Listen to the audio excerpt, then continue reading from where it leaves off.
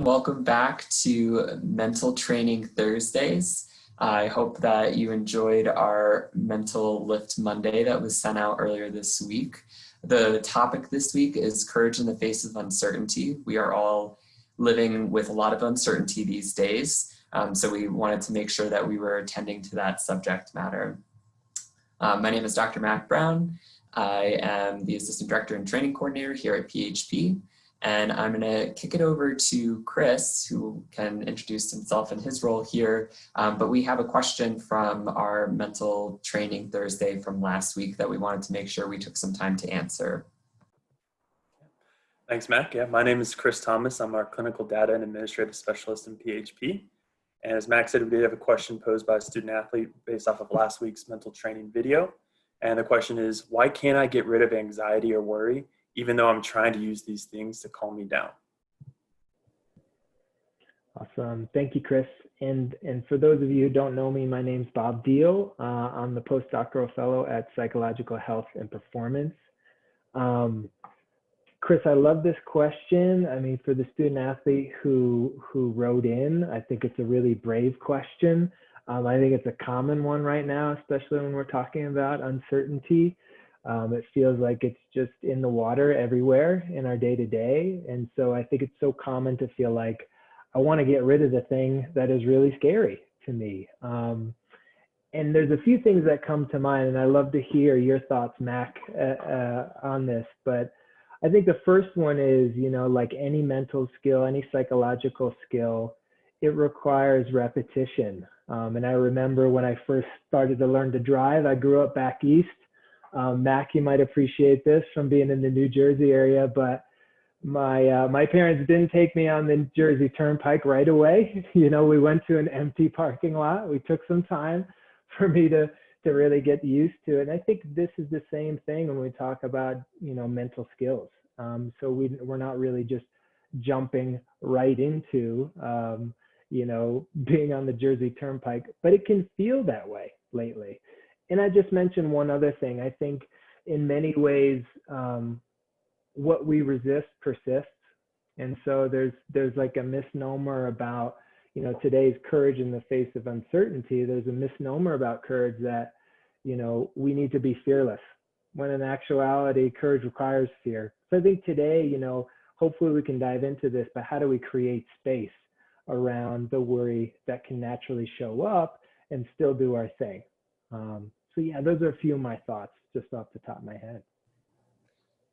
Bob, when you were speaking about the when we resist, it persists, the visual that I had in my mind is one of those blow-up dolls, like the Bobo clown doll that, like, if you hit it and it bounces back, but then it pops back up like, I'm right here in your face. And I think that's something that that question was kind of getting at a bit, is I might be doing things like using a visualization or using a happy place or grounding myself in my breath, and they can produce some level of calm, but there's still some like felt sense still of anxiety or restlessness or uncertainty that feels unsettling.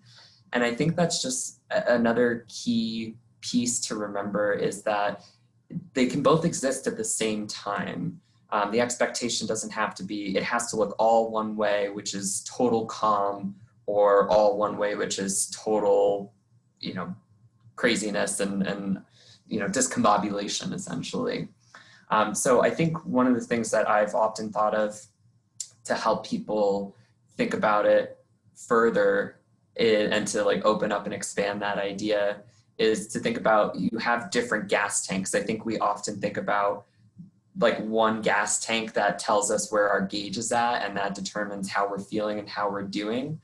And I was talking with an athlete about this recently, where everything in her gas tank was in line. And she's like, I was well hydrated, I was well slept, I ate well, the weather was perfect, it was gonna be a great training experience, and it wasn't. And it wasn't until she was able to kind of think about how there were multiple other gas tanks that existed. And this other one was her like mental and emotional gas tank. And it was a little bit depleted for a variety of different reasons. And so it didn't mean that she couldn't do the training. It's just that her expectation of what she thought it was going to look like and what was reality were a little out of sync with one another. And I think that's similar to this idea of calmness versus anxiety. And it doesn't have to be a versus situation. It could be, how do you navigate when both might be present? And as you were saying, Bob, like, it takes time to develop that skill set. Yeah, I love that idea that the gas tank, you know, Mac, and we have different ones, and not necessarily that it's one or the other. I need to be totally, you know, no anxiety, no fear, but we can actually create space around these things. And I think that really segues nicely into today's training. What we'd like to do is kind of build off of last week. I know we used some visualization, a little bit of grounding in the body to create kind of a secure space. Today, we're going to do a quick body scan, and it's going to really start with what you did, you know, in that conversation with your student athlete, Mac, of just checking in on how we're doing, which can be one of the most brave kind of questions to ask today. And then we're going to find ways to just anchor ourselves in our body, you know, throughout this. So let's give this a shot together. I'll be doing this with you. I'm a believer in this. I feel like I've been looking forward to this today. So I just invite people right now, just kind of check in with your posture and find either a seated position if you want to go for it and lie down, or if you feel like I've been sitting all day, I want to stand up, all good. Choose what works for you. I'm going to close my eyes for this because that helps me just get a little more internal. But do what's really comfortable and what works for you. And whenever you're ready, just simply do a quick kind of internal weather system check. So just dropping in this question: how is my heart, my mind, my body feel right now in this moment?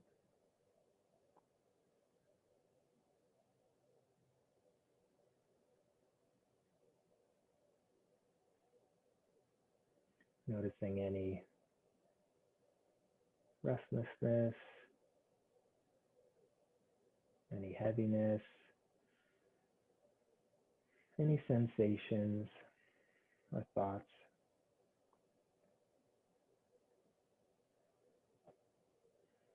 And when you're ready, just shine that spotlight of attention on what it feels like to be connected with the ground beneath your feet, being supported in a chair you may be sitting in, furniture that you're lying down on.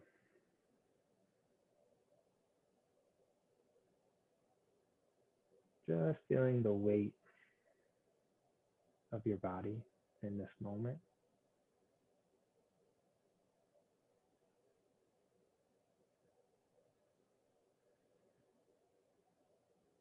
Just letting gravity do the work.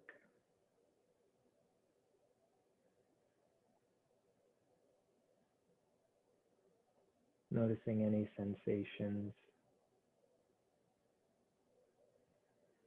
as your feet are connected, rooted to the floor. Any pressure, coolness or warmth, contact, even vibration in the toes.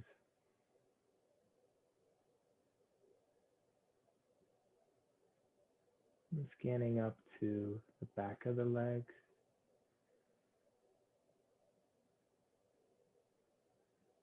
the lower back,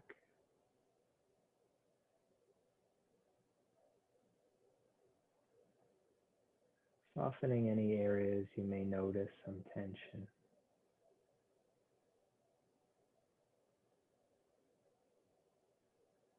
Just letting the earth below us, what we're seated on, standing or lying down, just hold us up. But that's enough in this moment.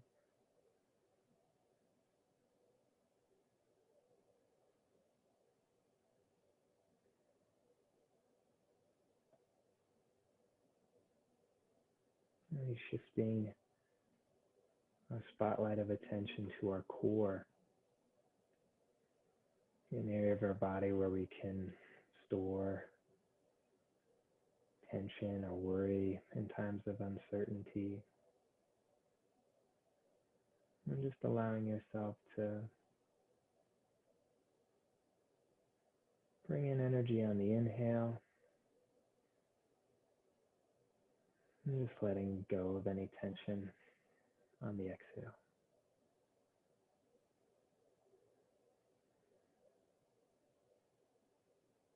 Just noticing the rise and fall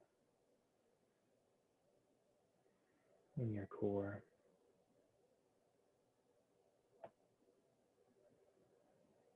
Almost just rocking your body with your breath in this moment.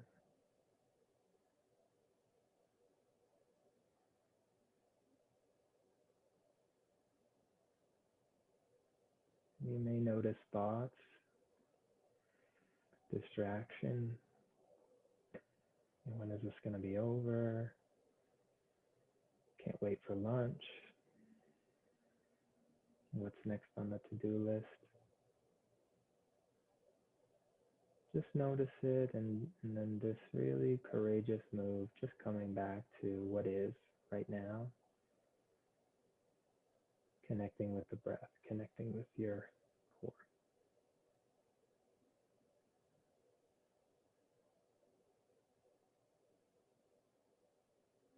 And last spot we'll scan into just your upper back, contact with the chair if you're seated or if you're laying down. And the shoulders, the neck, places where we can brace in the face of uncertainty. Noticing any sensations there, any tightness, tension. Just offering a little bit of softening, allowing, letting go.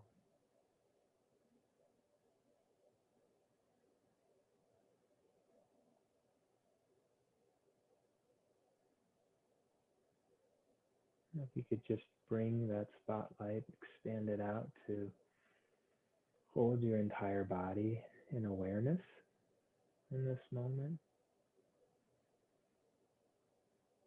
Or finding one of those anchors we've scanned into that really works for you.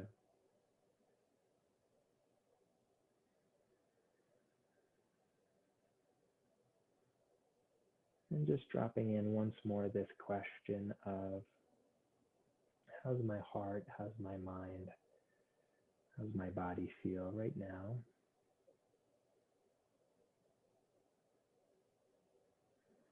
Noticing any shifts, any changes from when we began.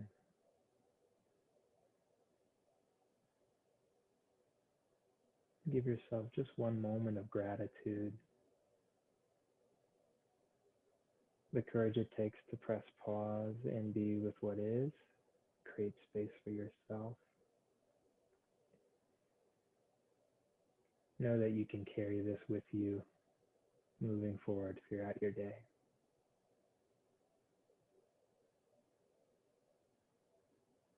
And if you need to, allow yourself to take a few more breaths, maybe a few more scans through areas that feel comforting and grounding right now.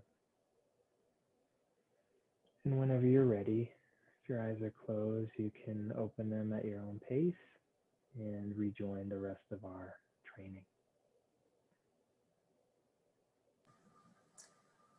Thank you so much, Bob, for running us through that fantastic body scan. I think it's a really important skill to create that awareness and sense of what's going on inside. There's a lot going on outside that can pull us away. So this is a great skill to rehearse and to get in a lot of reps so that you always have a good temperature on what's going on in you. So thank you so much for joining us. Next week, we're going to be talking about connection in the face of loss. and that can be loss of a variety of different kinds. So we'll talk more about that. If you have any questions from this week's topic or any past topics or exercises that you want more clarity on, just email Bob. His email is robert.deal, D-I-E-H-L @colorado.edu. And then we'll use the first few minutes to check in on any of those questions and provide some answers. We're going to end with a quote, and the quote is, "Courage does not always roar. Sometimes courage is a little voice at the end of the day that says, I'll try again tomorrow." And that is by Mary Ann Ratchmer. So keep on trying, and we'll see you next week. Take care, everyone.